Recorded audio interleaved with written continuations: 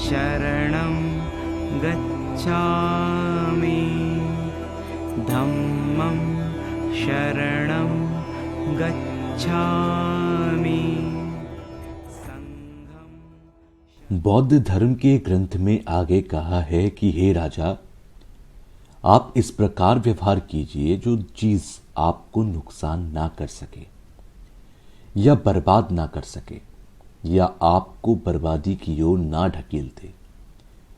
तो इस प्रकार से आपको कर्म करना चाहिए ताकि आपको कोई नुकसान ना पहुंचा सके और आपका पतन ना कर सके। इसका मतलब यह है कि आप इस प्रकार से काम करें कि आप बर्बाद ना हो सके या आपका व्यवहार खराब ना हो सके। यदि आपका ज्ञान बर्बाद होता है तो आपको उसे बचाने की कोशिश करनी चाहिए, अर्थात अपने ज्ञान की रक्षा करनी चाहिए। तब उस समय मैं आपको इस बर्बादी से बचाने के लिए, यानी कि सभी कलेशों से बचाने के लिए जो दर्शन इत्यादि ग्रंथ हैं उनकी व्याख्या करूंगा या ग्रंथों का ज्ञान दूंगा। जिस प्रकार से वो स्थिति है और जितनी भी चीजें हैं वो वास्तव में दो रूपता से मिलकर सम्मिलित नहीं होती, उनकी अलग अलग तरीके से व्याख्या की जाती है। कोई भी चीज सिर्फ दो रूपता से हो तो संभव नहीं होता। इसीलिए विशाल दर्शन या ग्रंथ मौजूद हैं जिनकी सहायता से मैं आपको उनकी व्याख्या करूंगा और समझाऊंगा। हमें बुरे कर्मों अर्थात कुकर्मों से मुक्त होकर अच्छे कर्म और कुशल कर्मों के करने के लिए सोचना चाहिए। हमें इसकी कोशिश भी करनी चाहिए। जिन कुशल कर्मों का आपने अभी तक स्वाद भी नहीं चखा तो उनसे डरने की जरूरत भी नहीं है। जैसे कि श्लोक नंबर 80 में कहा गया कि ये जो व्यक्ति है वो पृथ्वी नहीं है, वो ना तो पानी है, ना तो आग है, ना ही हवा है और ना ही वो आकाश है और ना ही वो चेतना है। तो इन सबसे हटकर आखिर पुरुष कहाँ है? तो क्या इससे हटकर यानी कि 6 तत्वों से हटकर कोई आत्मा अस्तित्व में है? ये जानना चाहिए, क्योंकि वो वास्तव में इसलिए नहीं होता क्योंकि हमारे 6 तत्वों से मिलकर बना होता है, जबकि हम जो 6 तत्वों को भी मान रहे हैं वो भी स्वतंत्र रूप से अस्तित्व में नहीं है, अर्थात वो भी एक दूसरे पर निर्भर करते हैं। अगर जो चीजें अस्तित्व में नहीं है तो उन्हें किस प्रकार अस्तित्व में प्राप्त किया जा सकता है? हम इस बात का खंडन किस प्रकार कर सकते हैं कि वो चीजें अस्तित्व में नहीं है? कैसे नकार सकते हैं कि वो चीजें अस्तित्व में नहीं है? अर्थात वो एक दूसरे पर निर्भर है। हम इस बात का खंडन किस प्रकार करें कि वो अस्तित्व में नहीं है? हमें इस बारे में सोचना चाहिए, उनकी भी अच्छी तरह से जांच पड़ताल करनी चाहिए और समझना चाहिए, क्योंकि वो भी छोटे छोटे अणु और परमाणुओं से मिलकर बने होते हैं। इसलिए ये 6 तत्व भी अस्तित्व में नहीं होते हैं। 3 तत्व पृथ्वी, जल और आकाश, तो इनमें भी अगर अणुओं को सूक्ष्मता से ढूंढा जाए तो नहीं मिलते हैं।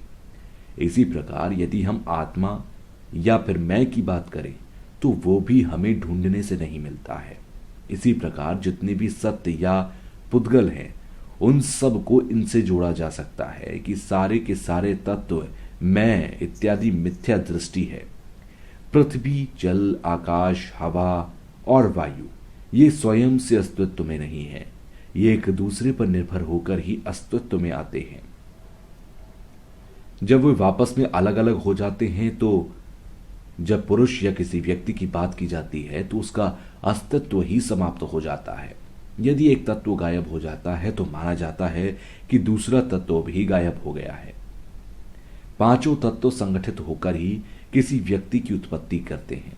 अगर ये सभी चीजें अपने आप में स्वतंत्र अवस्था में होंगी तो उदाहरण के तौर पर बिना ईंधन के आग क्यों नहीं जलती, और आग जलाने के लिए हमें ईंधन की आवश्यकता क्यों पड़ती है? कहने का मतलब यह है कि 6 तत्वों के बिना मानव शरीर भी संभव नहीं होता। आखिर ऐसा क्यों होता है? जैसे कि पानी नहीं होता तो वहां पर पृथ्वी, वायु, अग्नि ये भी मानव शरीर में साथ साथ उत्पन्न नहीं होते, जो कि एक साथ समाप्त भी हो जाते हैं। बिना लकड़ी के, बिना जलावन के यदि आग उत्पन्न हो जाए तो उसका मतलब ये है कि वो हमारे अन्य भौतिक तत्व हैं, वो अपने आप ही स्वतः उत्पन्न हो जाते हैं। भौतिक तत्व अणु और परमाणुओं पर निर्भर होकर ही अस्तित्व में आ जाते हैं। ऐसा कैसे संभव हो सकता है कि वो अपने आप से अस्तित्व में हैं? ये एक दूसरे के साथ पर निर्भर करते हैं। जो भी भौतिक तत्व है वो अपने आप में स्वतंत्र अवस्था में नहीं होते, और जब स्वतंत्र अवस्था में नहीं है तो फिर उनकी अपनी विशेषता कैसे हो सकती है? जो उनकी विशेषता बाहरी रूप से दिखाई देती है वो सम्मिलित रूप से दिखाई देती है। जो इस तरह की बातें हैं उन्हें हमें अप्लाई करने की अन्य चीजों पर भी जरूरत होती है। रंग, स्वाद या सुगंध या छूने की चीजें, उन पर भी हम सिद्धांतों को लागू कर सकते हैं। उसी प्रकार अज्ञानता, चेतना, रूप कार्य कर सकते हैं। इन सारी चीजों पर हम इनके अस्तित्व का खंडन कर सकते हैं कि ये चीजें स्वतंत्र अवस्था में नहीं है। पदार्थ, वस्तु, चित्त, संख्या, यहां तक कि अपने नाम में भी हम इस सिद्धांत को लागू कर सकते हैं। उसी प्रकार अज्ञानता, चेतना, रूप कार्य कर सकते हैं। इन सारी चीजों पर ही हम इनके अस्तित्व का खंडन कर सकते हैं कि ये चीजें स्वतंत्र अवस्था में नहीं है। पदार्थ, वस्तु, चित्त, संख्या, यहां तक कि अपने नाम में भी हम सिद्धांत को लागू कर सकते हैं। पृथ्वी, जल, आकाश, वायु, इनका खुद का अपना कोई अस्तित्व नहीं होता। जैसे कि हमारी चेतना है, उसे देखा नहीं जा सकता, वो प्रदर्शनशील नहीं है, तो उसे अपनी प्रज्ञा के अनुसार समझा जा सकता है कि वो स्वभाव से शब्द नहीं है। यहां पर बात की जाए किसी लंबाई की या फिर किसी छोटाई की, तो बात की जाए सूक्ष्म की या स्थूल की बात की जाए, तो ये सभी नाम मात्र है, स्वभाव से सिद्ध नहीं होते हैं।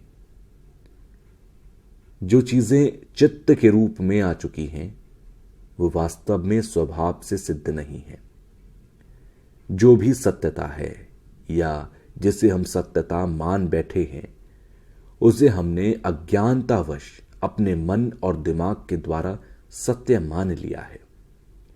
जब वो ढूंढने से नहीं मिलती तो फिर वो अस्तित्व में कैसे है? अज्ञानता को नष्ट करने के लिए ज्ञान की आवश्यकता होती है। जब अज्ञानता को हम नष्ट कर देंगे तो हमें ज्ञान प्राप्त हो जाता है। इसलिए जितना संभव हो सके जो हमारे क्लेश हैं या अज्ञानता है उन्हें हटाने का प्रयास करना चाहिए। परंपरागत जी कह रहे हैं कि संक्षेप में इसका अनुवाद किया जाना चाहिए। अगर किसी गुरु को मानने की आवश्यकता है तो 4 भुजाओं वाले अवलेकेश्वर की अनुज्ञा मैं आपको प्रदान करूंगा, और आप आवश्यकता अनुसार आपके सामने जो लामा बैठा हुआ है आप उन्हें अवलेकेश्वर मान सकते हैं। सबसे पहले यह सोचना होगा कि सामने जो गुरु बैठे हैं वे अवलेकेश्वर के रूप में हैं। हमारे सामने भगवान बुद्ध बैठे हुए हैं और आसपास सभी बोधिसत्व और महासत्व बैठे हुए हैं। साथ ही नालंदा के विद्वान भी हमारे समक्ष बैठे हुए हैं। आप लोगों के जो गुरु हैं उन्हें भी आप अपने समक्ष बैठा हुआ ही समझें और कहें, जो भी मन, वचन और कर्म से मुझसे बन रहा है मैं समर्पित करता हूं। चढ़ावे के रूप में यह सोचकर ऐसी कामना करनी चाहिए। सर्वहित कल्याण के लिए आत्मग्रह को त्याग कर पुण्य को संभाल कर, सर्वहित कल्याण के लिए आत्मग्रह को त्याग कर पुण्य का संभार कर रहा हूं या करूंगा। जो भी कार्य कर रहा हूं वो दूसरों के हित के लिए कर रहा हूं ताकि दूसरों को उससे लाभ मिल जाए। जितना भी ज्ञान है या प्रज्ञा है, जो भी हमारे दर्शन हैं, उन सभी का अनुमोदन करें ताकि दूसरों को उससे लाभ मिल जाए। जितना भी ज्ञान है या प्रज्ञा है, जो भी हमारे दर्शन हैं, उन सभी का अनुमोदन करें और बुद्ध की शिक्षाओं को पढ़ें ताकि हम उनके अनुयायी बन सकें। जब तक हम भगवान बुद्ध के ग्रंथों को नहीं पढ़ेंगे, नहीं सीखेंगे, तो हम उनके अनुयायी नहीं बन सकते। जब हम उनके ग्रंथों को, उनके ज्ञान को जानेंगे, तभी हम उनका आशीर्वाद प्राप्त कर सकते हैं। तो ये संकल्प लेना चाहिए कि मैं उनकी शिक्षाओं को पढ़ूंगा और उन पर चिंतन करूंगा। करुणा प्रेम के साथ अपने घुटनों पर बैठकर इस तरीके की कामना करनी चाहिए। सारे बुद्धों के समक्ष बैठकर मुझे बोधिसत्व की प्राप्ति हो। जब तक मेरे अंदर बोधिसत्व उत्पन्न नहीं हो जाता, मैं आपकी शरण में हूं। भगवान बुद्ध से मैं कामना करता हूं कि जिस प्रकार आपने बुद्धत्व को प्राप्त किया, उसी प्रकार मैं भी मेहनत करके बुद्धत्व की प्राप्ति करूंगा। भगवान बुद्ध, मैं आपका अनुसरण करते हुए आपका अनुयायी बनना चाहता हूं। ऐसा संकल्प लेते समय ऐसा माने कि आपके अंदर बौद्धचित्त उत्पन्न हो सकता है। साथ ही इस चीज की भी कामना करनी चाहिए कि जैसा भगवान बुद्ध के अंदर बौद्धचित्त उत्पन्न हुआ था, वैसा ही हमारे अंदर भी उत्पन्न हो सके। इस दृढ़ संकल्प के साथ कामना करनी चाहिए कि जो नालंदा विश्वविद्यालय के 17 बौद्ध विद्वान हैं या अन्य बौद्धचित्त विद्वान हुए, उनके जैसा ही हमारे अंदर भी बौद्धचित्त उत्पन्न हो सके। श्री शांति देव जी ने कहा कि बौद्धचित्त प्राप्ति के लिए हमारे अंदर उत्साह उत्पन्न होना चाहिए। जब तक हमारे अंदर उत्साह पैदा ना हो, तब तक कोई खास बात नहीं हो सकती। उत्साह प्राप्त करने से हमारे दुख और बाधाएं नष्ट हो जाती हैं। जहां तक शून्यता प्राप्त करने से हमारे क्लेश और परेशानियां नष्ट हो जाती हैं। उत्साह उत्पन्न करना बेहद जरूरी है, क्योंकि इसमें बहुत शक्ति है। अपने चित्त में बार बार उत्पन्न करने की कोशिश करनी चाहिए। अगर आपके अंदर उत्साह नहीं है या नहीं हो पा रहा है, तो आपको यह सोचना चाहिए या ध्यान लगाकर विचार करना चाहिए कि आपके अंदर मैं कहां है। इसलिए आपको ढूंढना चाहिए कि मैं अर्थात आत्मा कहां है। जैसे मैं ढूंढने से नहीं मिलती, उसी तरह महात्मा बुद्ध और अवलेकेश्वर दोनों में समानता है। दोनों ने यह कहा है कि आत्मा ढूंढने से नहीं मिलती। भगवान बुद्ध ने अपने चित्त की शून्यता को जानकर बौद्ध तत्व को प्राप्त किया, और उसी प्रकार हम भी शून्यता को प्राप्त कर बुद्धत्व की प्राप्ति कर सकते हैं, अर्थात बुद्ध बन सकते हैं। महात्मा बुद्ध ने भी कहा कि मैं की भावना ढूंढने से नहीं मिलती। अगर हम चित्त के अनुसार या फिर ज्ञान या प्रज्ञा के अनुसार अगर ढूंढना शुरू करते हैं, तो वो नहीं मिलती। वो दृश्य के हिसाब से तो अस्तित्व में होती है, पर स्वभाव के अनुसार अगर देखा जाए तो वह वास्तव में नहीं होती। उसी तरह अवलेकेश्वर ने भी यही कहा कि मैं की भावना ढूंढने से नहीं मिलती। तो ये जो कि मैं की भावना है, वो देखने से नहीं मिलती, बल्कि समझने से समझ सकते हैं, ताकि किस प्रकार से हम इसका खंडन कर सकते हैं। आप इस प्रकार से विचार कीजिए कि अवलेकेश्वर यानी कि जिनकी 4 भुजाएं हैं, वो हमारे हृदय में विराजमान है और प्रकाश के रूप में विराजमान है। हृदय में प्रवेश कर प्रकाश को प्रसारित कर रहे हैं। इस प्रकार आप कल्पना कीजिए। इस प्रकार उन्होंने प्रकाशित कर दिया है कि पूरा हृदय प्रकाशित हो गया। हमें इस प्रकार की सोच करनी चाहिए कि हम दूसरों के हित के लिए काम कर रहे हैं। मोह माया को छोड़कर ऐसा सोचना चाहिए कि मैं अवलेकेश्वर हूं, यानी कि मैंने सारी मोह माया त्याग दी है। तो ऐसा चित्त इस प्रकार हो जाता है कि जैसे उसने शून्यता प्राप्त कर ली हो। अगर हम ऐसा माने कि हमारे अंदर शून्यता रूपी ज्ञान है, तो हमारे अंदर प्रज्ञा के संभार का अर्जन हो सकेगा। दरअसल 2 प्रकार के संभार होते हैं, मन संभार और प्रज्ञा संभार। जो गुरु हमारे सामने बैठे हुए हैं, उन्हें हमें अपनी आवश्यकता के अनुसार अवलेकेश्वर मान लेना चाहिए कि अवलेकेश्वर और हमारे गुरु लामा में कोई फर्क नहीं है। दूसरों की सेवा करने की इच्छा और करुणा की भावना रखने का संकल्प करना चाहिए। निश्चित तौर पर शून्यता का ध्यान होना चाहिए। हालांकि तंत्र का ज्ञान गंभीर है, इसीलिए हमें ज्ञान से पहले सूत्र का ध्यान होना चाहिए। बिना सूत्र का ध्यान नहीं किया जा सकता। साथ ही दृढ़ संकल्प लें कि हमें अपने अंदर कोई भी बुरा स्वभाव नहीं आना देना है। पूर्ण समान के जितने भी कर्म हैं, उन्हें परिपूर्ण किया जा सकता है। यदि हम निर्वाण की प्राप्ति कर देंगे, तो हमें सच्चे सुख की प्राप्ति हो जाएगी। महात्मा बुद्ध की मान्यता थी कि प्रत्येक कार्य एक कारण पर निर्भर होता है।